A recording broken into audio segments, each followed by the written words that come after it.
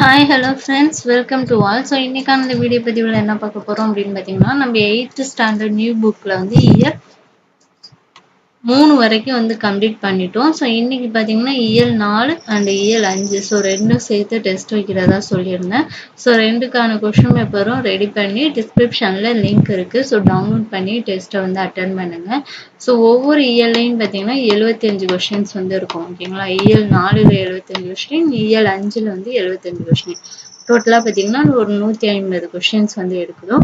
So நீங்கள் வந்து download பண்ணி டெஸ்ட்டை எழுதுங்க. ப்ளஸ் ஆன்சர் கீயும் டிஸ்கிரிப்ஷன்லேயே இருக்கும். ஸோ டெஸ்ட் எழுதி முடிச்சோட்டி ஆன்சர் கீ பார்த்து செக் பண்ணுங்க.